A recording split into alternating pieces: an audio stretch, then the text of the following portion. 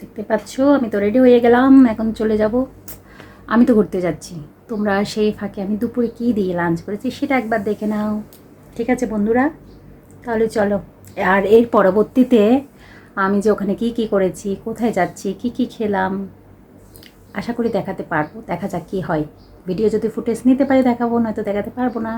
তাহলে তোমরা দেখে নাও। আজকে একটা ছোট্ট রান্না করেছিলাম, ওটা দেখে নাও। তার পরবর্তীতে আমি ফিরে আসছি তোমাদের সাথে অন্য কিছু নিয়ে।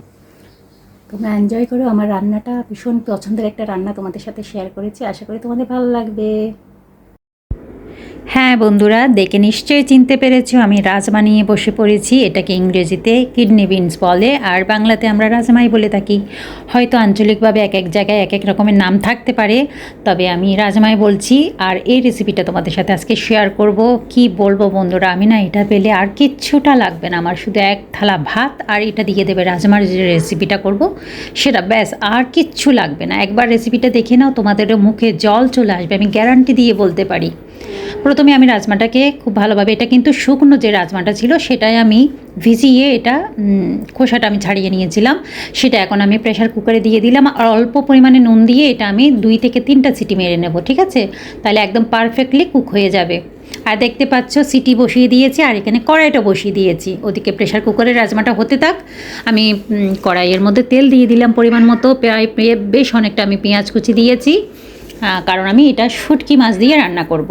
ভীষণ ভালো লাগে শুটকি মাছ দিয়ে রান্না করলে, বা তোমরা নর্মালি মাছ দিয়ে রান্না করতে পারো, ভীষণ ভালো লাগে। আর পেঁয়াজটা একটু নরম হয়ে আসা পর্যন্ত আমি অপেক্ষা করব। তারপরে এখানে দিয়ে দেবো নুন পরিমাণ মতো। অনেকে শুটকি মাছটা পছন্দ না, তোমরা সেই জায়গায় কিন্তু যে কোনো মাছ দিয়ে এটা রান্না করতে পারো, এটা ভীষণ ভালো হয়। তবে আমার কই মাছ দিয়ে রান্না করলে ভীষণ ভালো লাগে, রুই মাছ দিয়ে রান্না করলেও ভীষণ ভালো লাগে। দেখতে পাচ্ছ নুনটা দেওয়ার পরে যখন একটুখানি নরম হয়ে আসলো, আমি এখানে আদা রসুনের পেস্টটা দিয়ে দিয়েছি।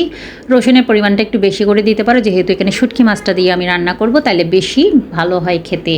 আর এখানে 2-3টে আমি দিয়ে দিলাম কাঁচা লঙ্কা চিড়ে, আর টমেটো দিয়ে দিলাম, আর হচ্ছে তোমার ছুরি শুটকি যেটা বলে সেটা দিয়ে দিয়েছি। এখন খুব ভালোভাবে সব কিছু একটু মিক্স করে নেব। আর শুটকিটা অবশ্যই গরম জল দিয়ে ধুয়ে নিও, যে কোনো শুটকি গরম জল দিয়ে ধুয়ে নিলে না ভীষণ ভালো হয়।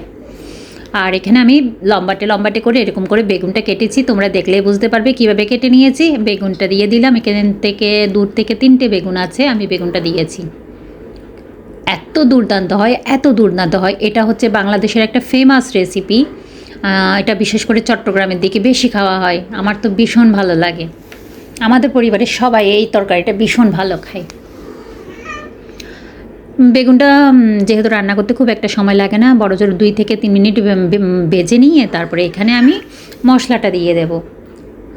হলুদের গুঁড়ো, জিরে গুঁড়ো, ধনে গুঁড়ো, লঙ্কা গুঁড়ো দিয়ে খুব ভালোভাবে অল্প অল্প জল দেব আর কষিয়ে নেব।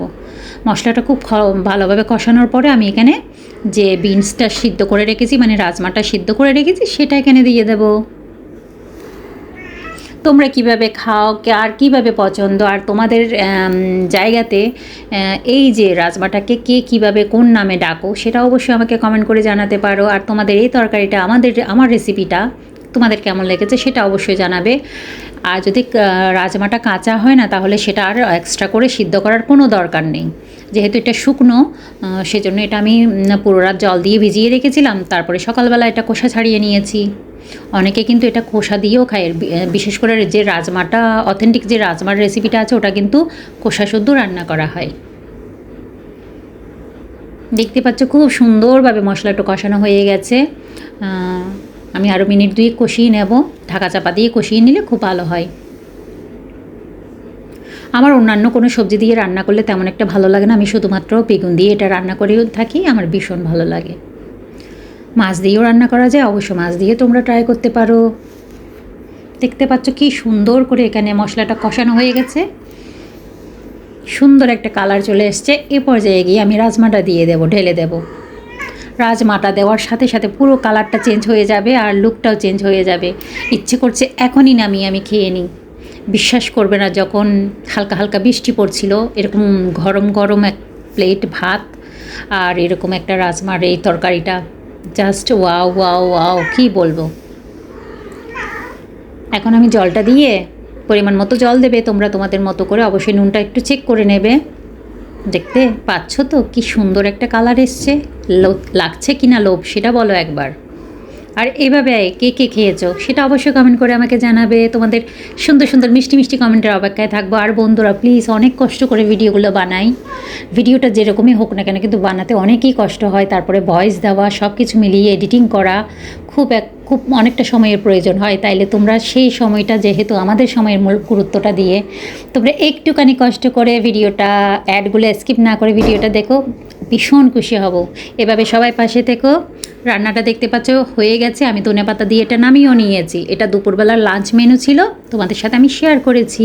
কেমন লাগলো অবশ্যই জানাবে। আর খাওয়া দাওয়া সেরে আমি চলে গিয়েছিলাম একটা জায়গায়, সেটাও তোমাদের সাথে শেয়ার করেছি।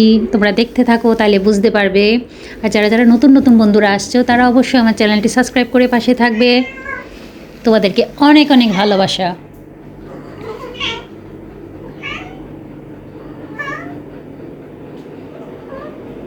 আমার সকল বন্ধুদের জানাই অনেক অনেক ভালোবাসা। আর তোমাদের জন্য ভিন্নধর্মী কিছু আসতে চলেছে, তোমরা অবশ্যই চোখ রাখো। এই যে দেখতে পাচ্ছ আমি চলে এসেছি আমার বাসা থেকে অন্য একটা জায়গায়, মানে আমার মমতাজ বাবির বাসায় চলে এসেছি। আর বাইরে ভীষণ বৃষ্টি হচ্ছিল, সেটা দেখতে পাচ্ছ। ওটা অতটা ভালোভাবে ক্যামেরাবন্দি করতে পারিনি, কারণ রাত হয়ে গেছে। রাত বলতে সন্ধ্যা হয়েছে, কিন্তু দেখা যাচ্ছে কি অনেকটা রাত হয়েছে, কারণ বৃষ্টি হচ্ছিল। এই জন্য নিজেকে একটু ক্যামেরাবন্দি করে নিলাম।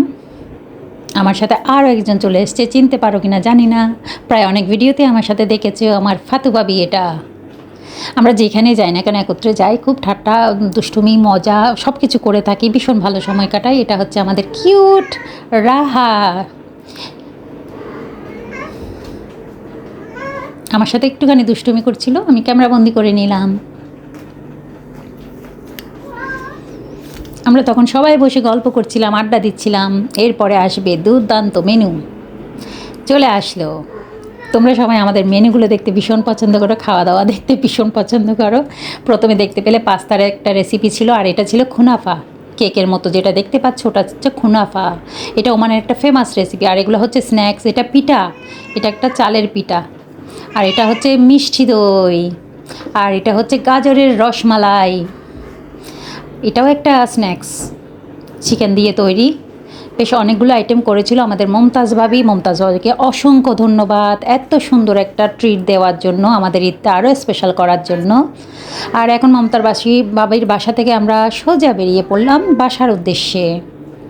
তাহলে আজকের মতো টাটা, বাই বাই। তোমাদের সবাই ভালো থেকো, সুস্থ থেকো। আমাদের জন্য সবাই দোয়া করো। ওমানের পরিস্থিতি ভীষণই খারাপ ছিল, তোমরা আমাদের জন্য সবাই দোয়া করো, প্রার্থনা করো, আমরা যেন সবাই সুস্থ থাকতে পারি, ভালো থাকতে পারি। টাটা, বাই বাই বন্ধুরা। আবার দেখা হবে নতুন কোনো ভিডিওর সাথে। Bye, love you all.